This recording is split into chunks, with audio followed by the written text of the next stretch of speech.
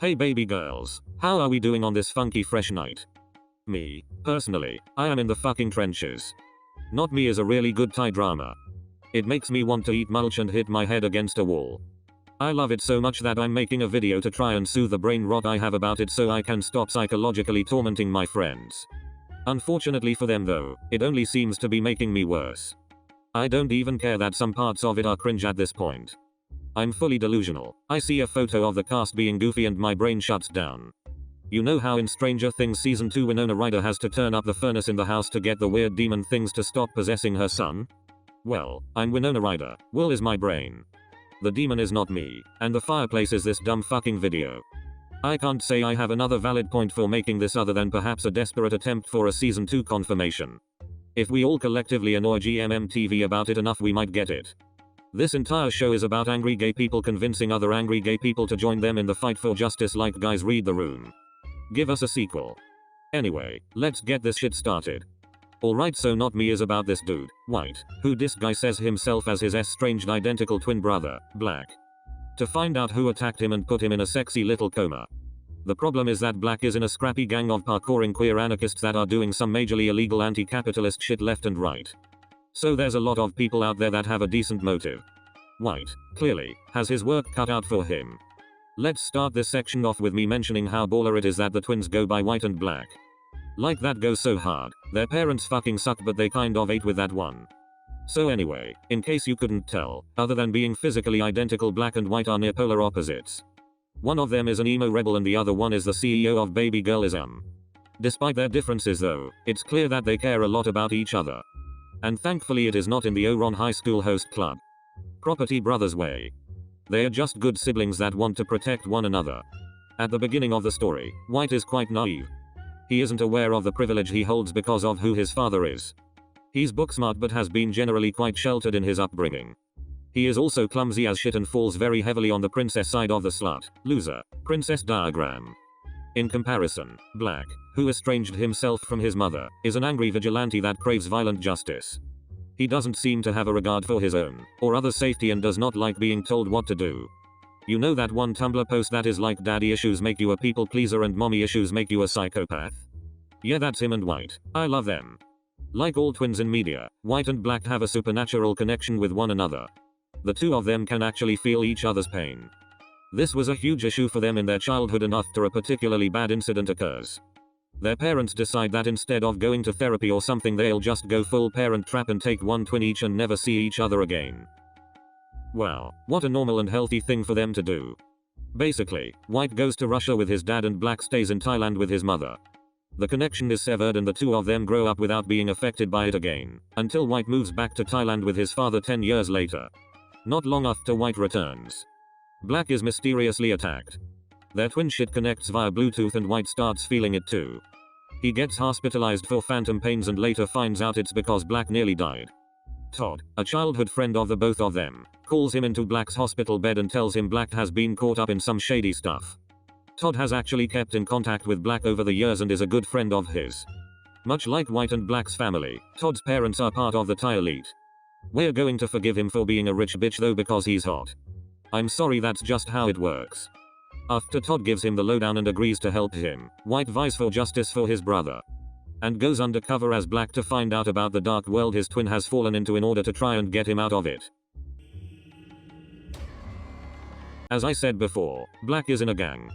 A very small gang, an approximately book club sized gang. They ride motorcycles, they set fires, they do parkour. In the grand scheme of things this isn't like a Kinporsche level of criminal activity. They are just poor people trying to get, you know, some human rights maybe. So, first off we have Sean. If you have seen a show before ever, you will note how prominent he is on the poster. I don't think I'm spoiling anything in saying that he is, in fact, the love interest. I know, it's a shocker.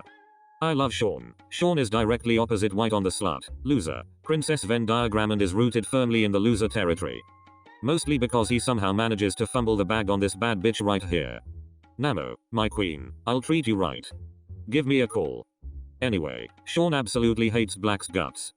They don't mesh very well at all because they both have tempers and are incredibly stubborn. Now, while he hates Black, he definitely doesn't hate White pretending to be Black because The thing is, White doesn't know how his brother acts. They haven't seen each other in 10 years. The funniest thing is that all of the gang totally notices this change, but they don't say anything because they all thought Black was an asshole before. So White's over there, pretending to be Black and goofing off and being cute and shit, and it makes Sean have a full crisis. Not because he's scared that he likes boys or anything, but because he likes Black of all people. He's a hater first and a human second, and I can respect that, but he also can't deny the fact that he's starting to fall in love with the person that he thinks is Black. They are so messy about it too. 10 out of 10. Why are you sharing a bed with your enemy king? Alright, so next, we have Graham. Graham is, most likely, the only one in the gang that actually likes the real Black, but even still, after White takes over his life, Graham tells him that he prefers the new him. That's fucked. Anyway, Graham and Black are actually classmates at the university that everyone in the gang attends. That's right, they are studious delinquents. I like to think one time they are breaking into a building or something and Graham goes, oh hey, the assessment grades are up on Turnitin, and Black, misdemeanor goes, fuck. I only got a B, I should have cited my sources better. Finally, we have Yok. Yok is a slut. Moving on. Just kidding. Yok is an art student that loves his mother and knows sign language, and he is my bestie actually. Look, he has a cute little tattoo of the Chinese character for mother on his side. He's such a sweetie. Personality wise, he is in the very middle of the slut, princess, loser diagram because he has multitudes. We love to see it. I thought I recognized his actor from somewhere, and I realized he's the dude that gets his shit rocked in the first episode of F4 Thailand. I love the Thai drama cinematic universe. Alright, so anyway, everyone in the gang have very valid and personal reasons to want change in the world. For example, Sean wants justice for his father and Yok wants better disability sanctions for his mother. They know that no one is going to listen to them. They are a bunch of poor 20-somethings living in a world run by the rich. To be truly seen, they need to start some metaphorical fires. And also some literal fires. Yay arson. Not Me is a show immersed in the political situation of Thailand, but it is a deeply universal rhetoric. Power corrupts. Nothing is illegal if you're rich. Society preys on the marginalized. With topics like this, you expect it to be a doom and gloom factory, but above all else, it's about friendship, family and love prevailing. And parkour. For as many heartbreaking scenes of anguish, there is a scene of these idiots doing some dumb shit together, and I really love that. Hey, can you just bark real quick? Can I what real quick? Bark. They're making a fucking National Treasure 3. I can't express enough how important it is for shows like this to exist. Queer media to this day still tends to stay within the confines of the box that had been built for it a long time ago, and that's no good. We've moved past that. Maybe I want the gay people to have guns, okay? Maybe I want them to commit crimes. Let Yok kill someone. He deserves it. Speaking of gay people, Sean and White make me go cuckoo bonkers. That scene where Yok goes to wake them up and they're cuddling in the tent made me fucking keel over. I was shaking, crying and throwing up about it for days. They just get it. They get it. It works. They figure each other out. They figure themselves out, and they decide that love really does win after all. I'm so normal about them. They definitely didn't make me giggle and kick my feet every time they smiled at each other. I definitely haven't created them in The Sims and had them get married. Who does that? Not me. Ha, get it. Not Me has a lot of things to like, but if romance takes center stage, I expect them to deliver, and fucking hell did they for these funky little bitches. This bad boy's got so many relationship dynamics in them. We got short and tall, enemies to lovers. Poor and rich, grumpy and happy. Classmates, rivals, there's only one bed. It's so, chef's kiss. But, let me speak my truth, I hate the fucking side pairings.